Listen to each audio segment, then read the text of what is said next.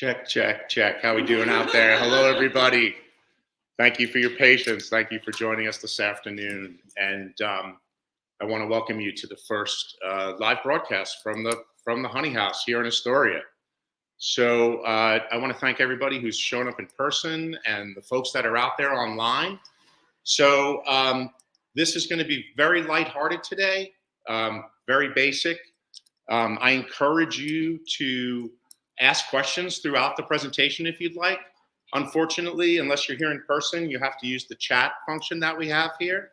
Okay, so nice, light, basic photography and just best practices for going out there and shooting. So again, we're at the Honey House in Astoria. That's the brick and mortar, the store for Aster apiaries. So I really want to thank Nick and Aster and Honey House for having me here today. And I'd like to thank all you people for joining us, because as we're going to talk about in a little while, this presentation is for a good cause, okay? So a little bit about me.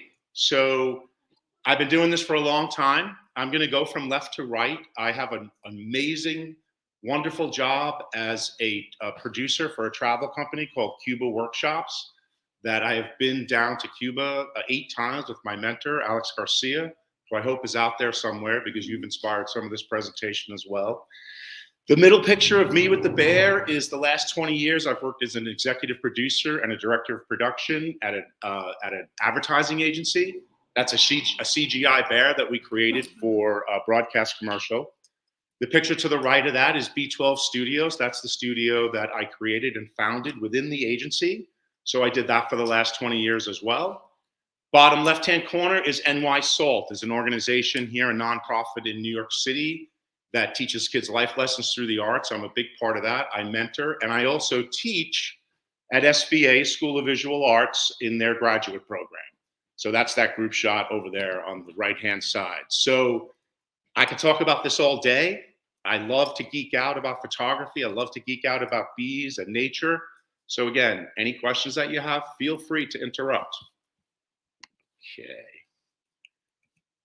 All right. So, like I said, this is meant to be a lighthearted, just an introduction to photography.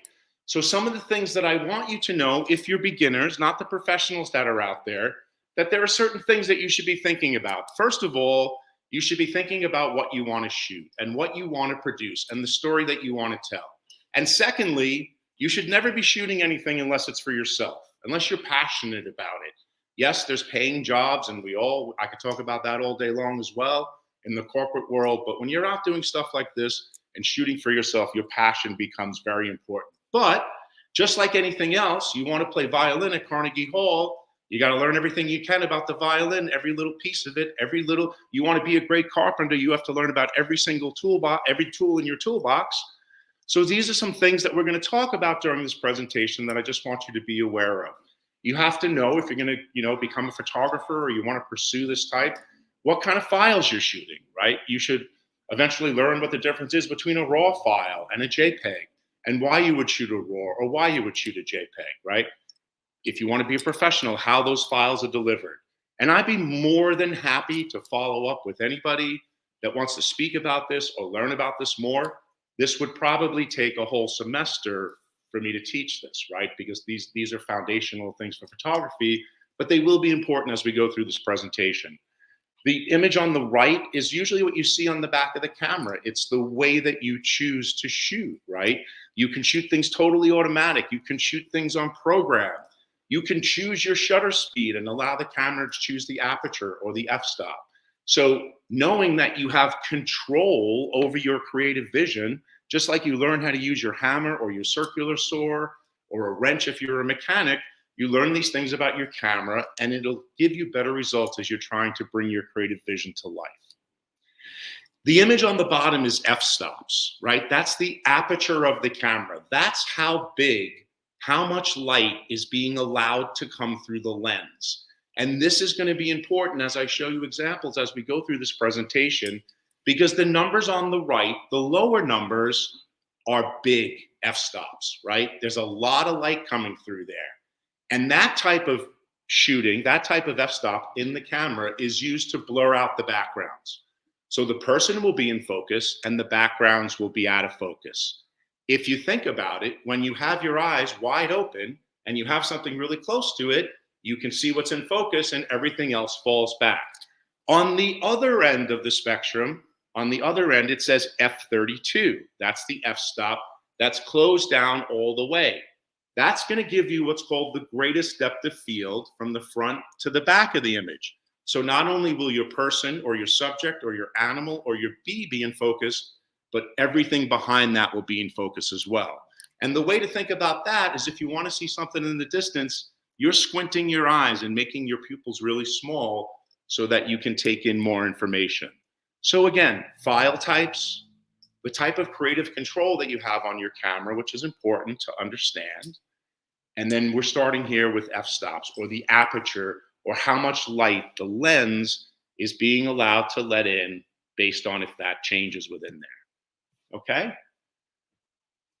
So some other things that we're going to talk about is shutter speed, right? There's going to be a part of this presentation where we're going to talk about capturing nature in motion, right? And capturing nature in motion is very much like sports, right? You want to capture a baseball player or a football player in action, and you want to freeze that moment in time. You're using something called fast shutter speeds, right? And those are on the left-hand side of this diagram. Those are shutter speeds that are quicker than 500th of a second. So it's a 500th of a second, 1,000th of a second, two very, very quick shutter speeds. So if the shutter speed is very quick, it doesn't allow a lot of light in. When the shutter speed is very slow, 1 second, it allows a lot of light in. So now you're combining shutter speeds and apertures. If you have a really fast shutter to capture something in motion, it's not allowing a lot of light in. You need a big aperture. You need an f-stop, that's 2.8 or f4, f5.6 to compensate for the amount of light that's going to come in. There's some other things that you should familiarize yourself with if you're a beginner and you want to go on these photographic journeys. The ISO, or the film speed, right? The lower the number, 50, 100, those are called slower speeds. Those are tighter, more precise images, right? If you shoot something at a very high ISO, it makes the picture very grainy. So that you would use in low light situations if you were shooting something at night or something along those lines. Like I said, this is a lot of information that takes years of practice. It takes a lot of studying and a lot of repetition. But I just want to present to you the types of things that you can use to control your creative vision and make sure that you're telling the stories that you want with your photographs. You should know about the temperature of light on the lower left-hand corner. 5,600 degrees Kelvin, a way that the temperature of light is measured, equals sunlight. As you start to move away from sunlight, the light gets warmer and cooler. These are things that will affect your images as well that you can control. You can control what type of light balance that you want to use. The last image, and then we'll get out of this Crash 101 thing on photography, is regarding light sources. You see the tomato on the left. The sun is shining directly on it. There's no diffusion. It's what's called very harsh light. And it makes those very deep shadows on the other side of the object. Whereas if you have sunlight, if you have clouds or some sort of diffuser between the sun and your subject, you get what's called softer light and softer shadows, okay? Because you have something that's diffusing your light source. And that's going to be important. You know, a lot of people have expressed interest in the macro photography aspect of this. Everybody wants to know about gear, right? Gear. What kind of gear should I use? What kind of camera do I need? The truth of the matter, and it's a very famous saying in the world of photography, is that the best camera that you have is the one in your hands. Most of this presentation I have oriented towards the iPhone because more of you will have an iPhone than you will have professional equipment, and you can take quite stunning images with that camera as well. There's GoPros, there's action cameras, right? You can use those to create really cool videos and time lapses in photography. Then you move up to 35 millimeter cameras, right? Which is, I'm going to show you that as well, where the lens is detachable and you can get really specialized.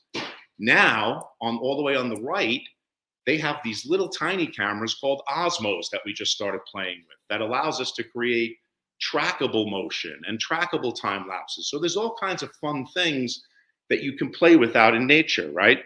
On the bottom is where the equipment starts to get a little more professional, right? It's adding lights, it's adding strobes, it's adding diffusers in the middle there, those big soft boxes that you would find in a studio, right? But I'm going to show you something funny. So, to make sure everyone can see this. So we're going to talk about macro photography in a little bit, right? And yes, a lot of it I've done with my iPhone. And yes, a lot of it I've done with this 35 millimeter. It's an old Sony. It's an old model. And I got this really nice monolight. So I have some cool equipment here, right? If you want to shoot really high resolution images or professional looking great stuff, you need stuff like this. But you never have to overspend. And there's always a solution for what you want to do. You need diffused light to shoot in macro photography. So you could buy these. These are $5 on Amazon. They go on the front of the lens. They go on the front of the lens. And then you figure out a way to diffuse the light that you're shooting. Most important part of this kit is this. This is a Pringles can. This is a Pringles can wrapped in black tape.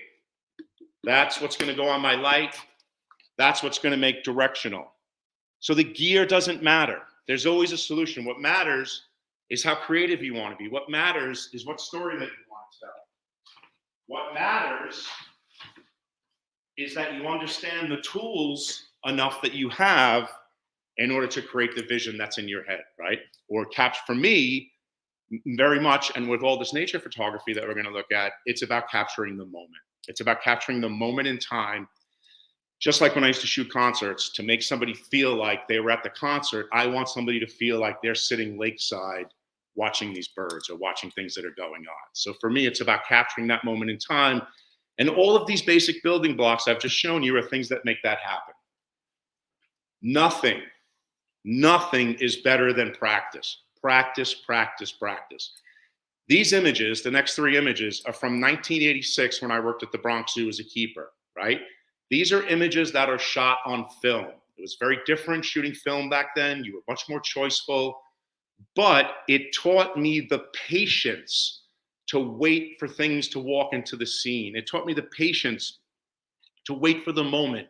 It taught me that I had to anticipate how animals would act and at what time of the day they did certain things.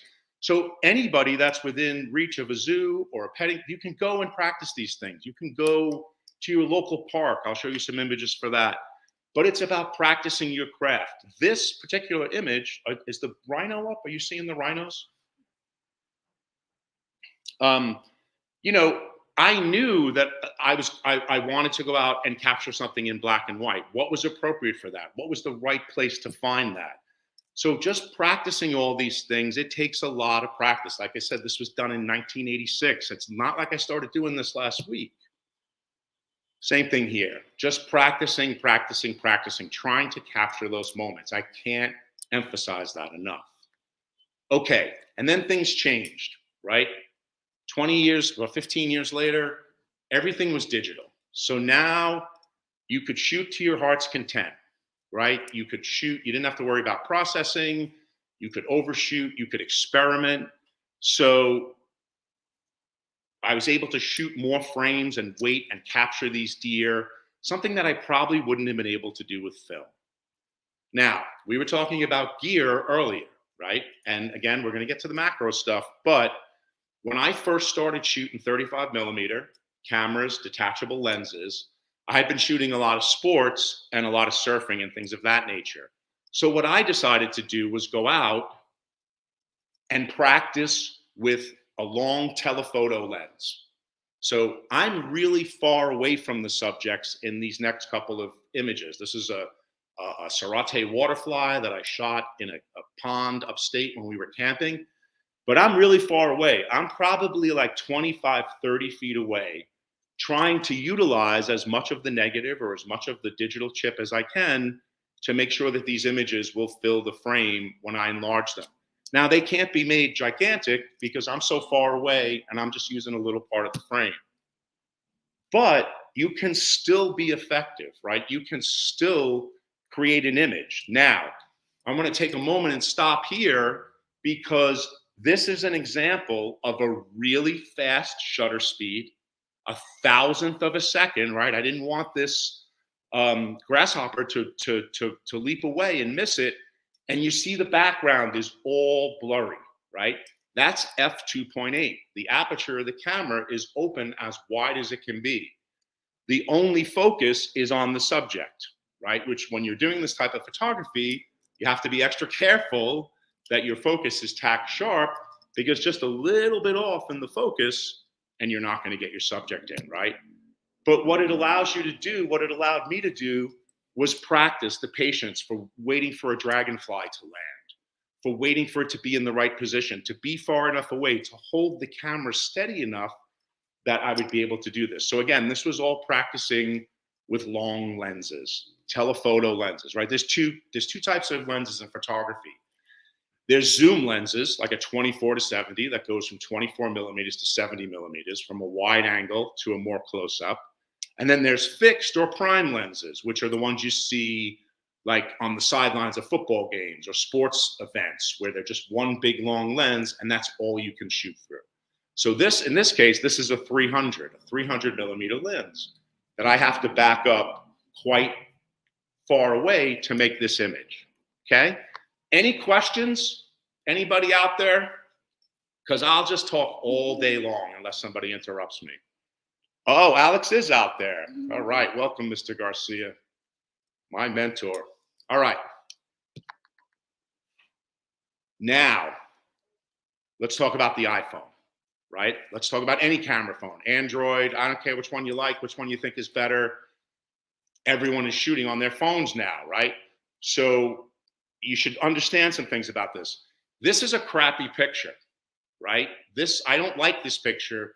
And this is one of the things that you learn when you're starting to use the iPhone, is that it has a propensity to try to get everything in focus, right? But if you can see this picture big enough on your screens, that doesn't tell a story. This carpenter bee is getting lost in those flowers and there's no distinctive separation.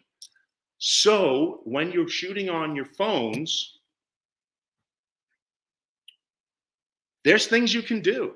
You can just keep practicing, even if you want to shoot things really far away. This is a whale breaching off Montauk Point. And I don't know if it's coming through in the images, but you can see the little fish that it's caused to leap out of the water as it's doing that. So there are extremities that you can push your phone to if you practice enough. So for me, I couldn't stand that picture with the bee. I had to figure out, how can I now get portraits of things like this cicada and get it to be in focus and have the background be out of focus so that it was a more interesting shot. And the way to do that on the phone, there's two ways. There's a macro, right? You put the phone close enough and you'll see that little flower in a little yellow flower in the lower left-hand side of the screen. And you can focus on very tiny things. You can't get right next to a microbe, but you can get pretty close. One of the things you have to be careful for is that these images can be overexposed, right? So if we go to the next one, this one was shot at night through glass. It's coming. Okay, so this is through glass. This insect is on the other side of the window, and that's a street light in the background. If I had just shot this regularly with the phone, it would be uninteresting because it would just be a street light out there. But by forcing the phone to focus in the macro mode on the subject, I think it makes for a more interesting image. Same thing here with this spider. Again, it's the same thing, making sure that the subject is tack sharp and that the background falls off, okay? One of the other things that folks, when I said that I was going to do this class, that a lot of people wanted to talk about was composition, right? And this is where I definitely have to, again, tip my cap to Mr. Garcia, who has taught me a lot about composition and a lot about the way that I shoot, which changed the way that I shoot. What you're seeing here is two different examples of what they call the rule of thirds, right? Which is just a general rule. And again, it doesn't apply to every image. What's more important is your creative vision, your story, what you want to tell. But what the rule of thirds says is that if you put the subject off center from the image, sometimes it can be a much more interesting image. And honestly, I've actually come to shoot that way, making sure that everything is just not right straight down the barrel of my camera, right? Now, this is another image. Again, this one was shot with a long lens from a long way away. It was before I had started to do any macro stuff. So I'm definitely framing this off to the side. I don't want it to be right in the center. I think that's boring. So I've done this. The other thing, and I didn't plan this, but another way that you might want to think about shooting is with the Fibonacci curve, right? With the golden curve, with the ultimate shape that's always repeated in nature, in nautilus shells, and everything you could possibly imagine. The truth of the matter is that it does work, right? It does draw the person's attention to that space in a more pleasing way, and I think it is a better composition technique if that's the type of story you want to tell. If you need to tell the type of story where someone's face is right in the middle of the frame and staring down the barrel, that's important, and that's telling a different story. But I think for things like this, the other thing too is that I've seen a million pictures of dragonflies. The last thing I want to do is try to make another picture that somebody else has done. So I'm always trying to offset things and utilize that rule of thirds if I can. This is where Mr. Garcia comes into play, because before I met Alex and I started shooting in Cuba, I never really thought about shooting in layers. And I got to be honest with you, that's all I do is shoot in layers right now. Whether the focus is on this American oyster catcher that's in the foreground here, which it is in this case, that should be sharp. And then there's that seagull in the background. And then there's the water. So I'm always looking after I got that advice down in Cuba, I'm always looking for that way to add more interest to the image so that it tells more of a story, so that it's layered and not flat. Like I find if I go back and look at my old work, so much of my work is flat. So I like the juxtaposition of the layers. Same thing here. Like you might say to yourself, oh, this is a bad image because you're hiding the dragonfly's face. But to me, it's the layers that make this image. It's the layers that add the tension. It's the layers that make this insect seem like much more as predatory as it really is in life. So for me, it's about not always showing everything. The composition doesn't have to give everything away. I think when there's layers and different parts to look at in the composition, it makes for a more interesting story. Questions, comments? Anybody want to throw rotten fruit or anything? Anybody here want to hit me with anything? All right. Okay. This is another thing about composition, right? And you see this a lot in architecture, and people will talk about leading lines, right? Now, I deliberately chose this image because the subject isn't immediately apparent, the bird that's in the middle of the frame. But if your eye starts in the upper left-hand corner in the sky and follows itself through, that bird is revealed there. So I like things in my images, leading lines, they're called, that will bring us to the subject, right?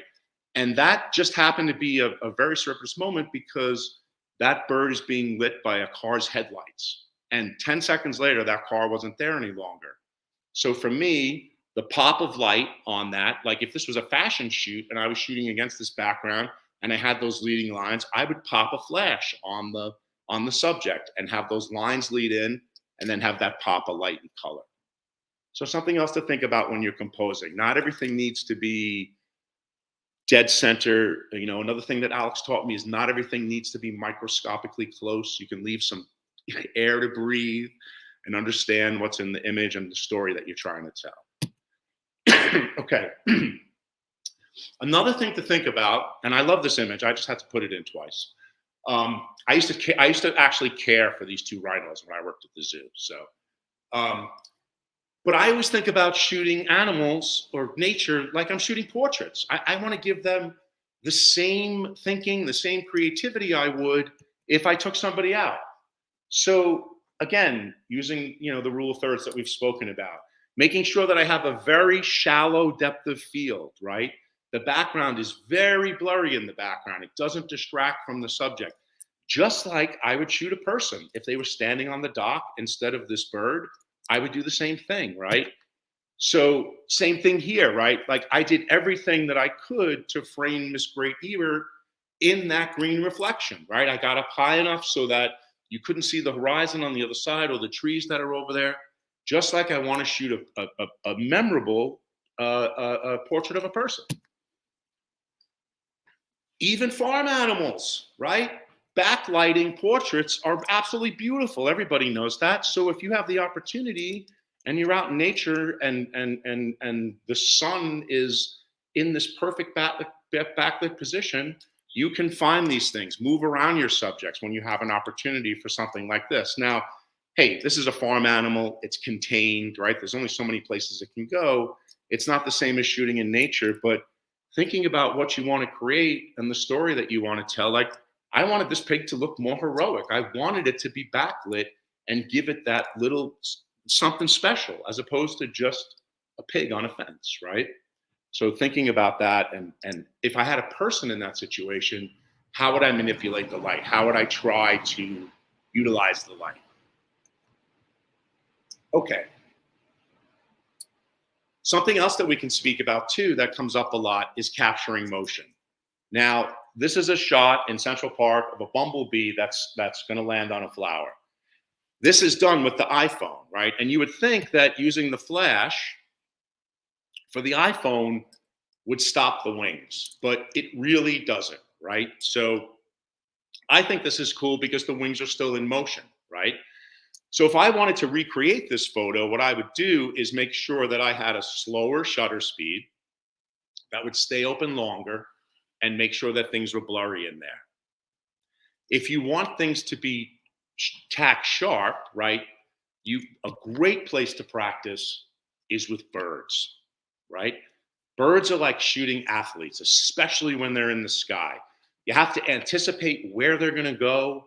You have to anticipate how you're going to follow them through the sky or what path that they might take. So again, we talked about really fast shutter speeds before, right? So this pelican shot off, this is Dana Beach in Dana Point Beach in California. This is at 1,000th of a second because at the same exact time, not only was I shooting these birds, I was really down there shooting surfers. So the settings that I had in my camera, 1,000th of a second, 1,000th, really quick, at f2.8, a really big f-stop, allowing a lot of light in there. I captured these pelicans the same way that I was capturing the surfers that day. And then just to reinforce composition, oh, look what pops up again. Like as you shoot and as you practice, and refine your craft, these things will happen naturally. Okay? Capturing motion and layers, right? This is one of my favorite images that I've shot this year because the focus is not on the front bird, right? That's my layer. That's my blurry layer along with the one that's standing in the back. But freezing that action on the bird that just took off was what I was looking for. And again, really fast shutter speeds, right? Big aperture. And in this case, I don't want to see any grain in the film. I don't want it to be grainy. So my ISO, my film speed is 100, the slowest that it goes, giving me the highest quality of the image. Okay? Question? So when you're taking pictures, are you taking them and having in your mind, I'm going to make this bird in 1/3 picture as you're taking it, or is it something to think about? You just take a really big picture and when you go into editing, you make it. Yeah, no, that's a great question. The question was whether or not I'm thinking about shooting that way or I only do it in the edit. So it can happen both ways. I try to shoot that way, the same way that I spend a lot of time walking around thinking in black and white and shooting in black and white. So for something like the pelican, I'm set up. I want to get it in that part of the frame. So I'm shooting on motor drive. I'm shooting at 1,000th of a second. So I've probably taken 30 or 40 pictures there. If the one with the pelican was the best capture, where it's right in the middle of the frame, that's the beautiful thing about digital these days. As long as you're not trying to make it bigger than 100%, you can slide it over. So you can make those choices in the post as well. Because especially like, it's about that capture the moment photography where you're shooting so fast that you're not even going to know what you got until you stop and look or until you go to edit. Okay? Any other questions out there? Anything? Anybody? All righty. All right. So I hope this one comes through. This is, again, about capturing motion. This is also, for me, my whole life is about providing solutions, no matter what the circumstances are, right? This was a really crappy day. It was pouring. The eagles were active. I knew I really wanted to capture them. I really knew I was going to get drenched. I was going to pay for it. So I thought to myself, I'm going to embrace the rain. I wanted to embrace the rain. And if you can make this image bigger on your screens or later or something like that, you can see every raindrop that's hitting the lake. Plus, I got the eagle as I wanted it. There's all frames where the wings aren't right until it got right there. So for me, the story was about them flying in the rain, hunting in the rain, and it's a downpour. So I hope that comes through. But it was important for me to capture the motion of the subject as well as what was going on with the rain. You want to practice motion, capturing motion? Dogs are great for this. Cats are great for this, right? So these exposures are probably at a 2500th of a second, maybe at ISO 200, and then the f-stop is going to be like between 2.8 and 4. So somewhere in that range. Look, it was a beautiful, bright sunset. It allowed me to shoot at ISO 100. It allowed me to capture all that vibrancy without the grain or without the picture breaking up. Yeah. So how do you know which setting to put, like before you go out? Like this day, you're like, okay, I already got to put an ISO something. Yep. So I'll tell you exactly how I diagnosed this scene. So I already knew I saw the person throwing the stuff in the water. Okay, I want to capture this dog just like I want to capture a football player or a hockey player. 1,000th of a second. Going to stop the action. Got to open my aperture all the way. Those things are set already. I see how much light there is. I know that I can shoot at a low ISO, 100, 200. Had this been dusk and the conditions were exactly the same and there was no yellow light on the dog, I would still shoot at 1,000th, right? Stop the action. I would still shoot at the biggest f-stop in order to let the most light in. But the third creative choice that I would make is that I would push the film speed or the ISO. So if I would take this ISO from 100 to 400, it makes the film, the chip, more sensitive. So it's going to give me the same amount of light. So it's 1000/28 ISO 100 speed. Now it's ISO 1000/28, but I've made the film 3 times faster from 100 to 400. Or actually, it's double. But that's going to allow more light to get to the film or get to the chip. So you have to weigh what is it that you want to do, and then you have those other two. You have to choose one thing first. Your f-stop, do you want things to be blurry in the background or not? Your shutter speed, do you want to stop stuff? And then your film speed is the last thing that you can utilize. Well, actually, that's not true, because when you get in the studio, you can add more light. But that's for another class. All right. You knew it was coming. We are in the honey house. I'm with my master beekeeper mentor, so we're going to talk about some of the photography work that I've done. Here's the queen from my hive last year, right? This is an iPhone shot, right? Everybody wants to know, how do you do it? How do you do it? I'm going to sound like a broken record. Practice. Wait, is the image up?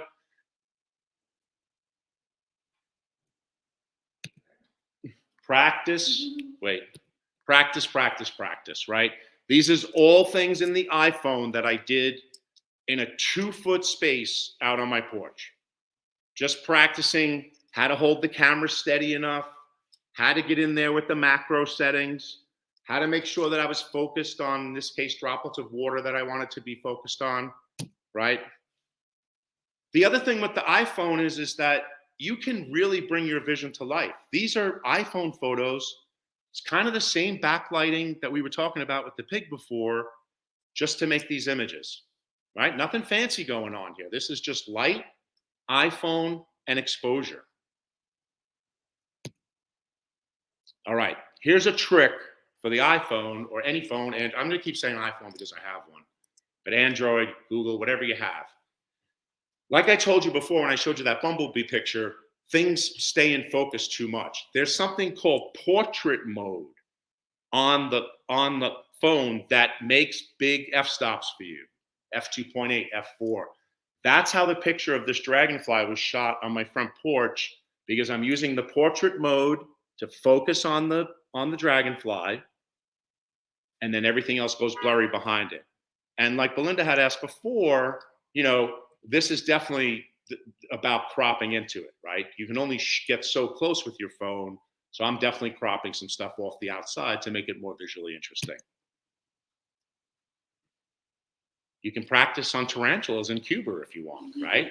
I mean, if you look at that image on the right-hand side, like I can really see the mandibles. I mean, you can practically feel the poison coming out through them. I mean, that's just with a phone, right? So it's practice, practice, practice, practice. Okay. So then I said to myself, all right, I've been practicing at home. I've been shooting water and flowers and all that stuff. Let me take the camera to the classes, right? So then I started practicing. And, the thing about photographing when you're beekeeping is that more than anything else, like when I do a commercial shoot, if there's 200 people on set, we always have a speech about safety first, safety first, safety first. And I got to tell you, when you're shooting in the bee yard and you're around beekeepers, there's an appropriate time to shoot, and there's an appropriate time to take your gloves off and use everything, and there's an appropriate time not to. So please just be conscientious of that. If someone invites you to a yard to shoot, or you're a beekeeper yourself, do the work first, take care of them, and then you can do stuff like this. You can have all kinds of fun, right? You put a little there was some kind of sugary stuff left over on a picnic table. I put it on the end of the hive tool or whatever that was. This is an iPhone shot. This is me just standing there with this thing out and holding my phone and knowing that I wanted to focus on the bees that were on the object, and hopefully something would fly in and be out of focus. And I got it. But it's just practice, practice, practice with the phone. Okay. Now, this was the next evolution of the photography with the bees, right? So now I'm starting to move into the macro realm of things. So these images that you're going to see coming up are done with what's called a 90 millimeter macro lens, right? And essentially what you're doing when you're using these things and you're out in the field like I am, and it's 100 degrees in your bee suit and you're trying to take pictures of these, you can focus by turning the lens and moving things, but you spend a lot of time moving in and out and getting the exact distance for the focal plane. And I could have a whole class on the distance from the chip to the back of the lens, but this is a lot of patience and being really steady, right? If I wasn't beekeeping when I'm doing this, I would definitely use a tripod to shoot this kind of stuff. So these images are me practicing with the macro lens, the 90 millimeter, and shooting handheld with just sunlight in the bee yard, right? So this is on the front of my hive. This is with the big. These are all with the big camera. These are all with the 90 millimeter, right? And then I just started getting closer and closer, and was able to pick up the eyes of the drone in the lower right-hand side. And you could now this is almost like a teaching tool. It's like, hey, here's the difference between a male drone and a female worker bee, right? It's like you've captured that evidence of it. And then, of course, once I found out what the lens could do, then it was about making images that pleased me, images that I wanted, that had very specific focus, where things were falling out of focus. But at the same time, what was very important to me was to be capturing the bee behavior, to understand bees. It's more of a science project for me than anything else, as much of a visual exercise as it is. Okay, so after that, I was like, all right, if this is what I could do out in the bee yard with the sunlight and my camera, what would happen if I took my camera home and I added flash and I added a strobe? And this was the first test that I did. This is a moth-eating wasp. A moth-eating wasp? I think it's a moth-eating, a Pimpadalia. So I took this home. I used tweezers. I set it up in my little tiny table studio, right? And I practiced using the macro and I practiced using the flash, right? It's really easy in the studio. Everything's controllable. If you notice, I don't know if you can see the detail in this, but this lens is so good that what was the lesson that I learned about shooting this stuff in the studio? Clean the dust off first.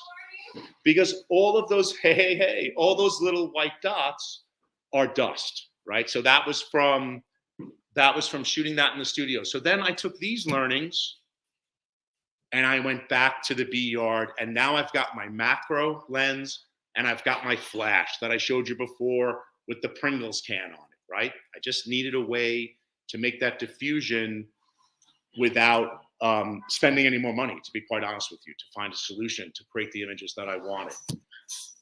And that's what led to the creation of stuff like this. I mean, this is probably my favorite image that I've ever shot in beekeeping. It was all these slides and all this stuff that I brought you through, all the practice that I did was to end up and have an image like this, where you can see the hair growing out of the bee's primary eyes, where you can see the 8 little ocelles, or I'm going to mispronounce that, but like the level of detail. This is what I was looking for, because I wanted to not only create and capture the moment of beekeeping, but to understand the science of it as well, and being able to see something like the hair growing out of there. Okay. Now I'm been using flash in this controlled environment in the bee yard, and I said, what happens if I take it out and start to shoot stuff like this? Again, this is 35 millimeter. I've got a macro lens on it, the 90 millimeter, and I have that flash with the Pringles can. And this is just a bumblebee in my daughter's backyard. But what this allows you to do, because you can shoot so close, is actually get close enough to see the pollen that's sticking to the bee. I mean, if you don't understand pollination or how it works after this, this is the perfect example of this.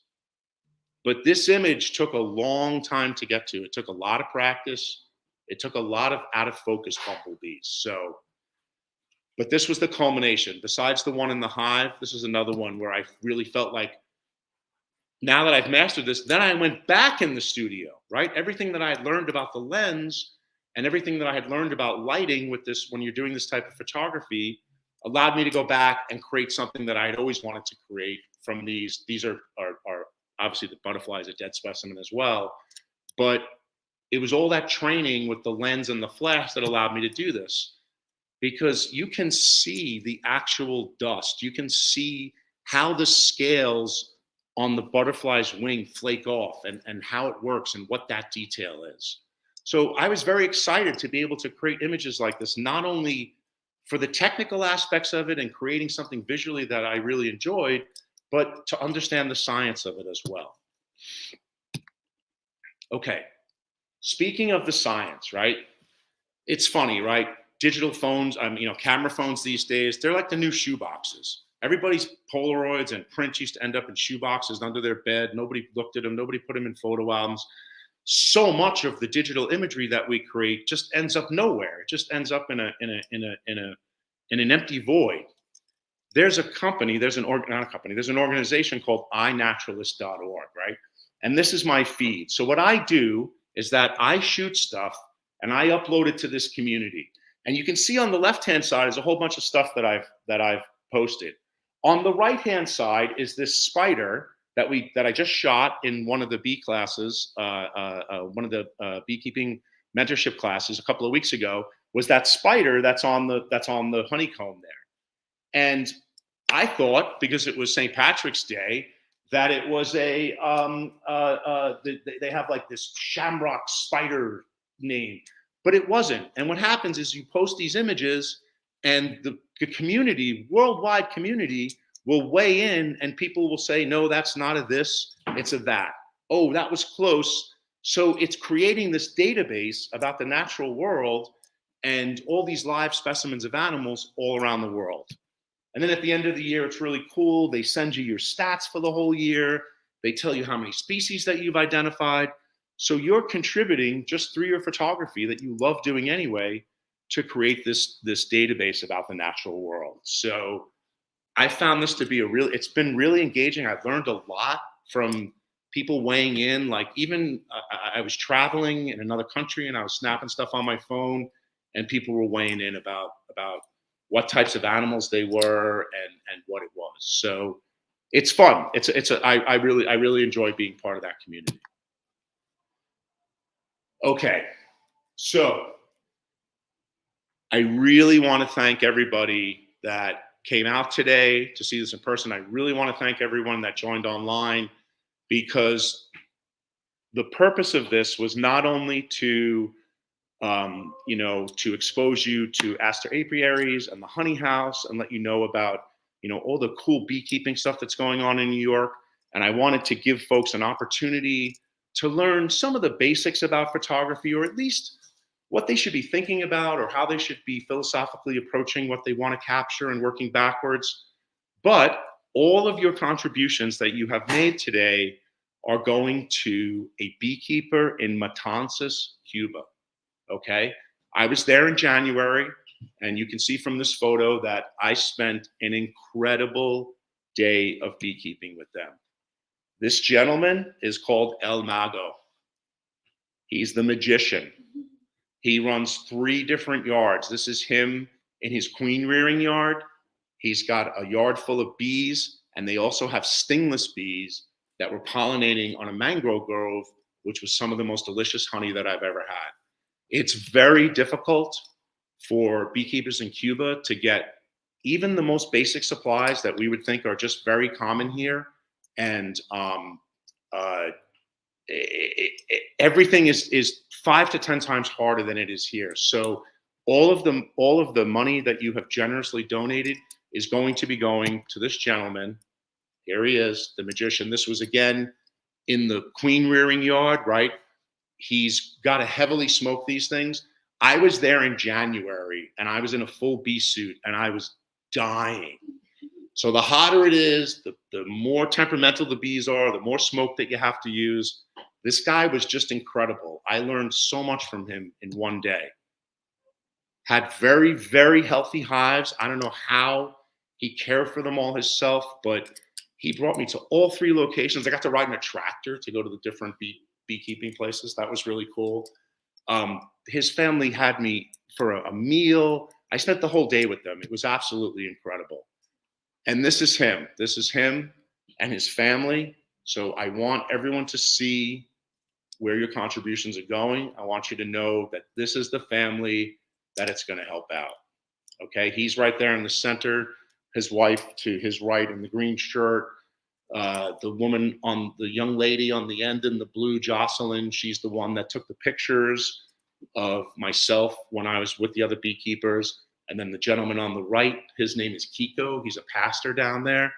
And El Mago is his brother. So that's how I made the connection. But these are the folks that your generous contributions have helped out.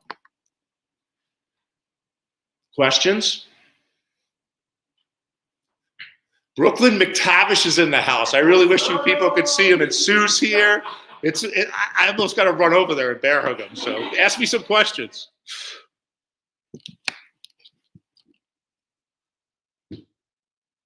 There's never any questions. It's just like teaching. No, I've got a question.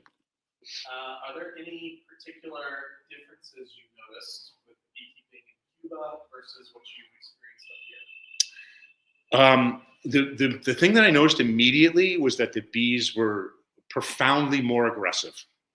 Like as soon as the hives opened, we were covered. The hives were bursting down there, and I think it had a lot to do with the weather and where they were situated and they were pollinated. I think the thing that is different about beekeeping in Cuba is the thing that defines all the Cuban people. They make do, they make so much out of nothing. They use everything that they have at hand. I saw more jury rig things in those hives. Like, I was like, wow, Nick would not like this. Like, Nick would not be endorsing this, but just everything. Like, to be honest, Nick, they were actually using scopes, like metal 50-gallon drugs as, I couldn't believe it. Like, anything, here's a gentleman who's running an enterprise-sized solution basically by himself with the help of his family, having to sell the honey to the government at a predetermined price to feed his family. But yeah, the ingenuity of making things work, that I think that people here in the States would probably just go out and buy something new. What type of lens are you using? What macro are you using? So even for this one, this is a 90 millimeter. So I shoot all Sony stuff. So this is a 90 millimeter, and this is no extra light. It's just sunlight in this case. These guys were inside a hive? They were inside a hive, yeah. So like, I'm looking down here between, I've taken a frame out of the hive, and this is like looking down in between, like straight down into the hive. So I thought about during COVID to do insect photography. I went out for 2 weeks, and I was like, it's just too hard. It's really like, too hard. I mean, I can't tell you how many frames I threw out when I was putting this presentation together, because you'll just get hundreds that are out of focus, you know. There's another thing in macro photography that we didn't talk about today that I haven't had the chance to explore yet, but it's called focus stacking.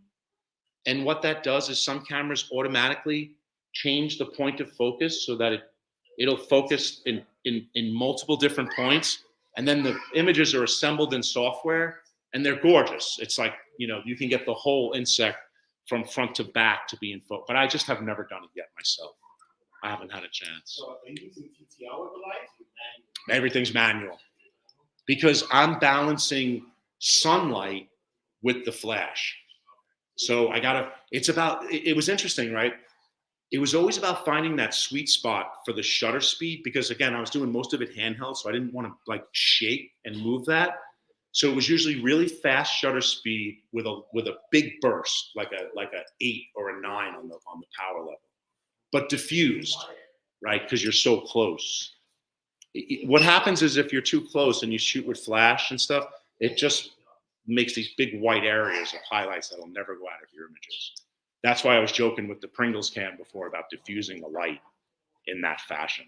How do the bees take to the flash? Did you even notice the flashing? Or just really agitated and you mess with it? Somebody's already come and taken the roof off your house and started to rearrange the furniture in the upstairs bedroom. So, yeah. But, and again, like, I don't know if you were here before, but the one thing that I've learned is like, and you've been on big giant sets. It's like safety first, safety first. It's very prevalent here. Like I've paid for not paying attention. I've learned my lessons the hard way. All right, this is very important. I just want to make sure that we take a moment and that I thank Nick. Nick has been Nick is a master beekeeper who I've been apprenticing with for the last couple of years, and these images don't happen without him giving me, without teaching me and his knowledge and allowing me to have access to these places. So I really, really appreciate that, Nick. Thank you. Last chance. That's my photography. Oh, wow. The bees are in flight. Bees in flight, yeah. Using a wide angle lens here, Nick, and real close. It was some very expensive equipment. Yeah. Yeah. And I just shot with my eye. Yep. That's an iPhone. Wow, Good job. good. That's the Javits Center. Yeah, we will deny this if it ever gets out, but that's on the top of the Javits Center. It is absolute. There's nothing like caring for bees with the old Lady Empire State Building just sitting right there behind you, It's really something else. All right, and I'm going to leave you with one more thing just to think about. Maybe we could have another class, but We didn't even talk about thermal photography in the bee yard. All right. So here's a whole nother thing. This is an infrared attachment that actually goes into the iPhone. And this is something that plumbers use, electricians use. They actually use it in construction work to check heat in walls and stuff like that. But it's a very cool tool for beekeeping as well. That's all I got, folks. I really want to thank everyone for coming out. I really want to thank you for supporting the Cuban people, for supporting your local beekeepers. See you next time. Thank